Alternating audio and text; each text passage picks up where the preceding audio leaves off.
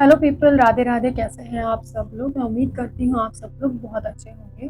तो चलिए आज का वीडियो शुरू करते हैं। आज इस वीडियो में हम बात करने वाले हैं सूर्य, जो यहाँ पर फिफ्थ हाउस का लॉर्ड है, वो अगर सेवंथ हाउस में प्लेस्ड हो जाता है तो कैसा रिजल्ट करता है। देखिए, फिफ्थ हाउस के कारक तत्वों को मैं ऑलरेडी अपने प्रीवियस वीडियोज में एक्सप्लेन कर चुकी हूँ, है ना। अब यहाँ पे हम बात करते हैं सेवंथ हाउस की। देखिए, सूर्य यहाँ पर सेवंथ हाउस में आएगा और सेवंथ हाउस जो है मतलब 7वें नंबर की जो राशि है वो सूर्य की नीच राशि मानी जाती है। सूर्य तुला राशि में नीच का हो जाता है और सूर्य मेष राशि में उच्च का हो जाता है। तो बेसिकली सेवंथ हाउस से हम देखते हैं हमारी पार्टनरशिप को, हमारे मैरिटल लाइफ हमारी कैसी रहेगी, है ना। यहाँ से हम हमारे स्पाउस को देखते हैं, बिजनेस को देखते हैं, हमारे ओवरसीज ट्रैवल कितने होंगे, हम यहाँ से उन सबको देखते हैं। जैसा कि मैंने आपको बताया कि सूर्य की प्लेसमेंट अगर इस भाव में हो गई, सेवंथ हाउस में हो गई, तो यहाँ पर सूर्य कंफर्टेबल फील नहीं करता है। तो यहाँ पर सूर्य जो है वो वीक माना जाता है और नेटिव यहाँ पर ईगो, प्राइड, ब्रेवरी, करेज, इन सब में थोड़ा लो फील करेगा। अब एक चीज यहाँ पर आप ये समझिए कि फिफ्थ हाउस जो है वो हमारे पास्ट लाइफ के जो पेंडिंग कर्मास है उनको शो करता है। अब उस हाउस का लॉर्ड ही सेवंथ हाउस में आ गया, तो आप ये चीज समझ सकते हैं कि यहाँ पर जो है नेटिव के कुछ पास्ट लाइफ के पेंडिंग कर्मास जो है अपने स्पाउस के साथ, वाइफ या हस्बैंड के साथ कुछ पेंडिंग है, तो यहाँ पर उसको वो पे बैक करने। अब यहाँ पर आप देख पा रहे हैं कि सूर्य यहाँ पर नीच राशि में है, तो मैरिटल हैप्पीनेस में काफी हद तक डेफिशिएंसी आ जाएगी। यानी एक शादी की खुशी होती है ना, शादी में जो खुशी होती है वो उसमें काफी हद तक डेफिशिएंसी आ जाएगी। पार्टनरशिप जो भी कर रहे हैं, है ना, रिलेटेड टू बिजनेस, वहाँ पर भी काफी हद तक डेफिशिएंसी आएगी। मतलब चीजें स्मूथ नहीं चलेंगी, ईगो टसल काफी रहेगा पार्टनर्स के बीच में। यहाँ पर जो होगा नेटिव को अपने पार्टनर से, मतलब मैरिज जिससे होगी उस पार्टनर से यानी अपने स्पाउस से, काफ़ी एक्सपेक्टेशंस रहेंगी। तो एक्सपेक्टेशंस तो एज वी ऑल नो कि दुख का कारण है ही, और यहाँ पर सूर्य बैठ करके और तड़का लगा देंगे, तो यहाँ पर जो वो एक्सपेक्टेशंस हैं वो नेटिव से फुलफिल नहीं हो पाएंगे और एक्सपेक्टेशंस काफ़ी ज़्यादा रखेगा अपने स्पाउस से। यहाँ पर ये कहना गलत नहीं होगा कि नेटिव के अंदर काफ़ी एंगर इश्यूज रह सकते हैं, बट वो एंगर जो होगा वो नेगेटिव एंगर होगा। मतलब जैसे कि कई लोगों का एंगर होता है, वो गलत को गलत, सही को सही बोलते हैं। दैट मीन्स वो जहाँ पर ज़रूरी होता है वहाँ पर एंगर करते हैं, बट ये नेटिव जो होगा उसका जो एंगर होगा वो नेगेटिव होगा, यानी कि बिना बात के, है ना। I hope you are getting my point. और ये भी देख सकते हैं कि जो नेटिव है उसमें ईगो इश्यूज काफ़ी रह सकते हैं। अब ईगो इश्यूज रहेंगे तो वो मैरिड लाइफ में डिस्टर्बेंस भी क्रिएट करेंगे, पार्टनरशिप जहाँ जहाँ करेगा वहाँ पर भी डिस्टर्बेंस क्रिएट करेंगे। अब फॉर एग्जाम्पल यहाँ पर सूर्य है, सूर्य के साथ अगर शुक्र की प्लेसमेंट हो जाए, क्योंकि ये शुक्र का ही घर है, शुक्र अपने ही घर में अपनी ही राशि में बैठ जाएगा, तो यहाँ पर एक नीच भंग राजयोग जरूर हो जाएगा।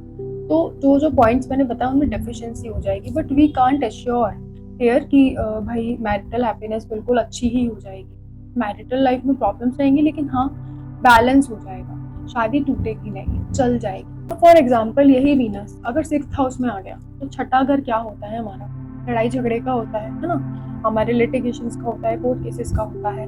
तो क्या हो जाएगा ऐसे में? मैरिज में ऑब्स्टेकल्स आ जाएंगे, है ना। मतलब हो सकता है कोर्ट केसेस हो जाए या बात डाइवोर्स तक पहुंच जाए, तब हम ये नहीं बोल सकते कि भाई कितने चांसेस हैं शादी चल जाएगी। तो चांसेस बहुत ही ज़्यादा कम हो जाते हैं, क्योंकि लड़ाई झगड़े इतने ज़्यादा बढ़ जाते हैं कि क्योंकि ये तो हम जनरली भी नोटिस करते आ रहे हैं कि जिस भी कुंडली में या जिस भी चार्ट में सेवंथ हाउस का कनेक्शन अगर सिक्स्थ हाउस से हो जाता है तो वहाँ लड़ाई झगड़े तो 100% होते ही है ना। अब बात लिटिगेशन तक भी पहुँचती है, बट यस, डाइवोर्स होगा या नहीं वो अलग अलग फैक्टर्स पर डिपेंड करता है, बट लड़ाई झगड़े एंड लिटिगेशन या कोर्ट केसेस होते हुए देखा गया है। अब फॉर एग्जांपल यही वीनस अगर 8th हाउस में चला गया, तो 8th हाउस भी हमारे ऑब्स्टिकल्स का घर है, ठीक है, हानि का घर है। कभी कभी सडनली कुछ चीज़ें हो जाएंगी, या day to day regular life में जैसे मैरिड लाइफ है उसमें हर 3-4 दिन में कुछ ना कुछ सडन होता ही रहेगा, लड़ाई झगड़े या कुछ समस्या आती रहेगी। अब ये 8th हाउस को हम लोग इन लॉज का घर भी मानते हैं,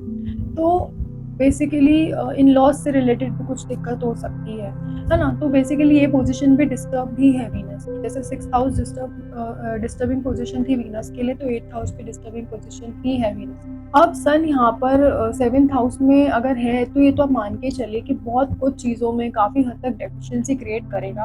अब जैसे 5th हाउस जो है हमारे लव एंड रोमांस का हाउस है, उसी का ही लॉर्ड आकर के 7th हाउस में बैठ गया है, तो लव एंड रोमांस वाली जो लाइफ है वो उसमें भी स्ट्रगल आपको देखने को मिलेंगे, ठीक है। और जैसे कि लव मैरिज भी हो जाएगी, नो डाउट वो हो सकती है, उसके लिए हम अलग कॉम्बिनेशंस देखते हैं, हो जाएगी। लेकिन आप ये चीज़ मान के चलिए कि आपका आपके पार्टनर के साथ कुछ ना कुछ पिछले जन्म का कुछ प्रारब्ध है, वो पेंडिंग है, तो वो इस जन्म में पे बैक आपको करना है। अब 5th हाउस हमारे संतान का घर है, बच्चों का घर है। अब उसी का ही लॉर्ड 7th में आके नीच का हो रहा है, तो बच्चों की हेल्थ में काफ़ी डिस्टर्बेंस देखने को मिल सकती है, या बच्चे होने में कुछ कठिनाइयों का सामना आपको करना पड़ सकता है। हो सकता है बच्चे काफ़ी देर से हों या डिले हो कुछ। अब मैं यहाँ पर एक बात बताने वाली हूँ, आप ध्यान से सुनिए। देखिए, आपने ज़रूर कहीं न कहीं ये चीज़ सुनी होगी कि जिसकी कुंडली में, जिसके चार्ट में अगर लग्न हाउस, है ना, स्ट्रॉन्ग है, लग्न बली है, तो लाइफ में काफ़ी हद तक उसकी लाइफ में जो भी स्ट्रगल्स हैं, है ना, वो काफ़ी हद तक कम हो जाते हैं। खत्म नहीं होते हैं, क्योंकि और भी हमें कुंडली के एस्पेक्ट्स देखने होते हैं, भाव देखने होते हैं। लेकिन जिसका लगन डिस्टर्ब हो गया, जिसका फर्स्ट हाउस डिस्टर्ब है ना, तो चार्ट्स में और भी चीज़ें अगर उसकी सही भी है ना, तो भी इतना वो नहीं होता, क्योंकि लग्न डिस्टर्ब, पर्सनैलिटी डिस्टर्ब, तो लाइफ के हर एस्पेक्ट्स में कब उसको समस्या आती ही रहती, स्ट्रगल्स रहती ही रहती। तो यहाँ पर मेरे कहने का मतलब यही है कि अगर लग्न का स्वामी मंगल 1, 5, 9 या 10वें भाव में प्लेस हो जाए, तो लग्न अपने आप में मजबूत हो गया, स्ट्रॉन्ग हो गया। तो लग्न स्ट्रॉन्ग है, तो जो भी प्रॉब्लम्स, जो भी चीज़ें मैंने आपको बताई हैं, उन सब में काफ़ी हद तक डेफिशिएंसी आ जाएगी और काफ़ी हद तक रिलीफ मिल जाएगा नेटिव को, जो भी नेगेटिविटी है, नेगेटिव पॉइंट्स हैं उनसे। अब हम यहाँ पर ये बात करते हैं कि सूर्य अगर नीच राशि में आकर बैठ जाता है किसी भी चार्ट में, तो उस नेटिव को जो शादी जो करेगा वो 28 साल के बाद ही करनी चाहिए, क्योंकि वो 28 साल से पहले करेगा तो काफ़ी दिक्कत रहेगी, काफ़ी प्रॉब्लम्स का उसको सामना करना पड़ सकता है। अब जैसे कि आपको पता है ये घर पार्टनरशिप का भी है, तो पार्टनरशिप में हो सकता है कि कुछ चीटिंग हो जाए, है ना, जैसे कि पार्टनर्स मिलकर के कुछ चीट कर लें नेटिव को, या फिर पार्टनर जो है वो डोमिनेटिंग हो सकता है, ठीक है, नेटिव के टुवर्ड्स। पर बिजनेस पार्टनरशिप की बात कर रही हूँ, है ना, तो बिजनेस पार्टनरशिप में हो सकता है लॉस हो जाए, अनसर्टेन लॉस हो जाए, पता ही नहीं चल रहा क्या हो रहा है। अब जैसे मैंने आपको पहले भी बताया कि मेमोरी वीक हो सकती है, ठीक है, इंटेलिजेंस लेवल में थोड़ी कमी आ जाएगी, और ग्रेजुएशन लेवल की स्टडीज में भी थोड़ा बहुत स्ट्रगल देखने को मिल सकता है। अब हम यहाँ पर बात करते हैं सूर्य की दृष्टि। सूर्य की दृष्टि यहाँ पर लगन पे पड़ रही है। अब आप गाइस देखिए कि लग्न क्या होता है। लग्न हम खुद होते हैं, हमारी पर्सनालिटी होती है।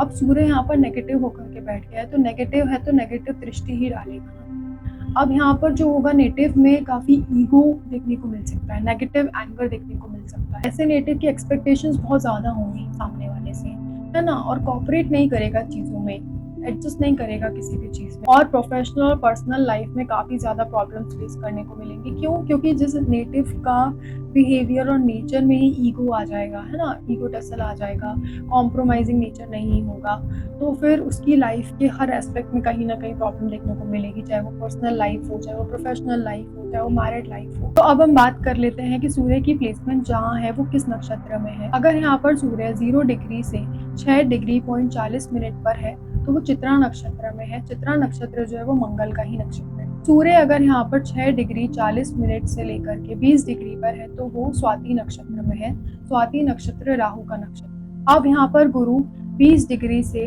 3 डिग्री पॉइंट 20 मिनट्स पर है, तो वो विशाखा नक्षत्र में है, जो कि गुरु का नक्षत्र है। अब वही मैं आपको हर वीडियो में बताती हूँ कि नक्षत्र के जो लॉर्ड्स हैं उनकी प्लेसमेंट आपको देखनी है, वो ठीक है। तो जो जो पॉइंट्स मैंने बताए हैं उसमें काफ़ी हद तक डेफिशिएंसी आ जाएगी। जैसे फॉर एग्जांपल अगर मंगल की प्लेसमेंट यहाँ पर ठीक है, जो लग्न का लॉर्ड है, तो बहुत हद तक चीज़ें कंट्रोल में रहेंगी, है ना, बिजनेस लाइफ में, मैरिड लाइफ में काफ़ी हद तक चीज़ें कंट्रोल में आ जाएंगी, सही हो जाएंगी। ऐसा भी कह सकते हैं कि कुछ बचाव हो जाएगा बिजनेस लाइफ में, मैरिड लाइफ में, है ना। अब हमें ऐसे ही बाकी जितने भी ग्रह हैं, जैसे गुरु है, उसकी प्लेसमेंट अगर उसकी उच्च राशि में हो जाती है, जो कि कर्क राशि है, तो वहाँ पर बहुत ये चीज़ों का जो भी है वो कम हो जाएगी चीज़ें। तो अगर आप अपनी कुंडली देख रहे हैं और ये चीज़ें आपको दिख रही हैं, तो डेफिनेटली आपको ये सब चीज़ें पॉइंट्स मैच होंगे, बट आपको कुछ चीज़ों का ध्यान रखना है। जैसे मैंने आपको बताया कि जो भी नक्षत्र में वो प्लैनेट है, उस प्लैनेट की प्लेसमेंट, प्लस यहाँ पर आपको शुक्र की प्लेसमेंट को देखना है, क्योंकि यहाँ पर सूर्य शुक्र के घर में ही है। शुक्र की प्लेसमेंट अगर अच्छी हो जाती है तो नो डाउट यहाँ पर सूर्य इतने बुरे रिजल्ट्स नहीं कर पाएगा, ठीक है।